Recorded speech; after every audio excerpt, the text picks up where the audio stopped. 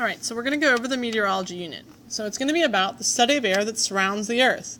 We're going to focus on atmosphere basics, weather, severe weather, and human impact on the atmosphere. So I'm going to go ahead and zoom in, and we'll scoot on over to our first area, which was just general information about the atmosphere, or atmosphere basics. So under atmosphere basics, you can see there are a couple things you want to focus on studying. So to start off with, you're going to look at the layers. You have the troposphere, the layer we live in, where you have weather and all of your clouds. You have temperature decreasing as you go up. The stratosphere is next. The stratosphere has the ozone layer, temperature inversion, which means it gets warmer as you go up instead of colder. And that's because the ozone layer is trapping our UV radiation. Then it's the mesosphere, where you have most of your meteorites burning up, and followed by the thermosphere, which is composed of the exosphere and ionosphere. Exosphere is the furthest out, ionosphere is directly below it. And pressure, you want to remember, decreases with height, so you have less pressure as you go up. And then with clouds, you want to remember your classifications. You classify by height and shape. So your heights are either low clouds, stratus, middle, alto, high, cirro, and then you have your shape. It's either fluffy, cumulus, flat, stratus, or wispy, cirrus. So that's the basics. Now, we also want to go ahead and take a look at some of the things that are going to produce weather when we're looking at the unit. So I'm going to scoot down here to our weather.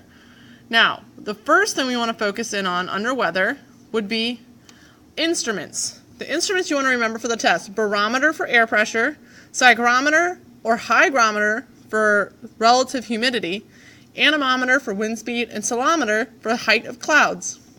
You also want to remember your fronts. You have occluded fronts associated with dangerous weather like thunderstorms and tornadoes, and characterized as a cold front chasing a warm front.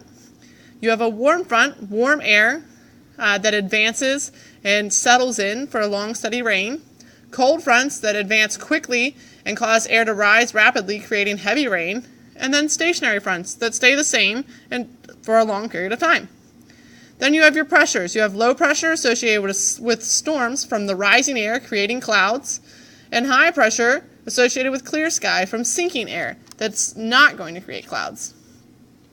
Wind systems, you want to remember from what we talked about in class. You have your equator, followed by your trade winds above on either side, and then your prevailing westerlies and your polar easterlies. And last but not least, your weather station models, where you have the circle with the dot that shows you exactly what temperature or dew point was at any given point in time. So those are your weather things you want to keep in mind. So now let's go over to severe weather.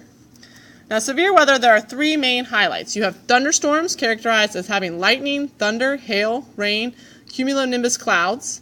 Then tornadoes have all of those things plus a supercell cloud that creates a spinning vortex, which is actually the tornado or the funnel that's going to come down from the cloud. And it's measured with the Fujita scale. And then you have hurricanes, which are low pressure systems that form over warm water. And it causes, again, low pressure, rising air, so it's going to rise over the warm water, pulling up that moisture, creating a spinning cloud or system of clouds that's actually hundreds of miles wide. So our tornadoes are smaller with less warning. Hurricanes are larger and they last a long time, but they have a lot of warning. And then our thunderstorms are something that are more frequent. Now, last but not least, we want to look at human impact, sorry about that, on our atmosphere. So we impact our atmosphere in a lot of different ways. So when you're looking at your frames and things, you want to keep in mind, how would that affect our atmosphere? Well, we have three main ways that we can think of. Global warming. So global warming would be the first one.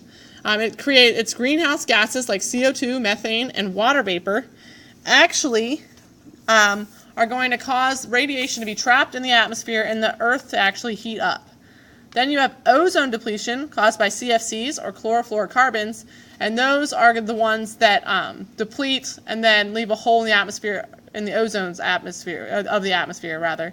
And allow UV radiation to reach the surface. And last but not least, you have air pollution, such as anything that comes out of industry for the most part, unfortunately. But air pollution is going to create things like smog and acid rain that are not good for the environment.